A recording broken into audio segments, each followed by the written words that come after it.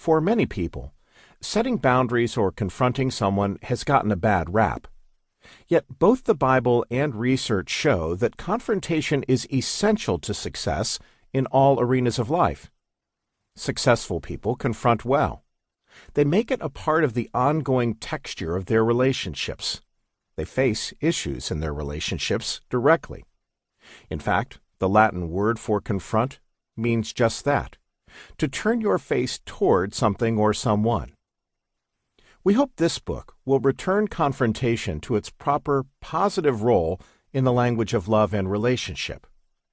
We will show that setting boundaries, confronting, and having that difficult conversation you've been avoiding is not adversarial, but one of the most loving things you can do. We will show that it is the only way to have the relationship you desire, whether in marriage, dating, friendship, family, or work. And if you learn to have those difficult conversations in a loving, honest, and responsible way, your relationships can become better than you ever thought they could. This book will show you the benefits and essentials of a good conversation, how to have that good conversation, how to prepare yourself before you have the conversation, and how to have it with the various people in your lives. Our prayer is that this book will guide you toward specific conversations in both your difficult and delightful relationships. This will be a how-to guide to help you know how to have that difficult conversation you've been avoiding and, as a result, get more out of your relationships and your life. Part 1. Why you need to have that difficult conversation.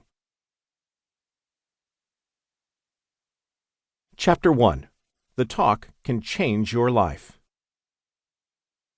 As we speak around the country at conferences on relationships, we will often hear some version of the following story.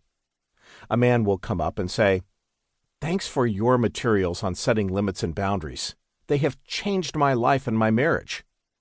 We will say, "Thank you too. So, what book did you read?" "I didn't read a book," the man will say. "My wife did." He will go on to explain, "I was a crummy communicator with my wife. I controlled her, I had some bad habits, and I had no spiritual life to speak of. Then she read boundaries, and she started applying the principles. That's when things started changing for both of us. It took some time and effort, but I'm really different now. We are closer, and we have more respect for each other, and more freedom in the relationship. I'm doing a lot better with those bad habits, and I'm waking up to my relationship with God." You would normally expect someone to talk about a book he has actually read. However, this man's unexpected response illustrates a reality. The person who has the problem in a relationship often isn't taking responsibility for his problem. This was bad news for the man's wife. She wanted to see change, but he either didn't see a problem, thought it wasn't a big issue, or thought his wife was overreacting. This can leave the wife who cares for her husband feeling helpless, discouraged, and less able to feel love in her heart for him. You can change the relationship alone. But there is good news. Though the person with the problem may not be taking responsibility for or owning the problem, the person affected by the problem can change things. You may be the motivated one, the one who is concerned, sees the problem and feels discomfort from it, whether it be a bad attitude or a bad behavior. In fact, you may be feeling more pain and discomfort than the other person. In our example, the wife, before confronting her husband, most likely had to deal with isolation, lack of freedom, his bad habits, and the emptiness of not having a spiritual partner. Things can change when the person experiencing the effects of the problem takes the initiative to resolve it. This wife took the first step.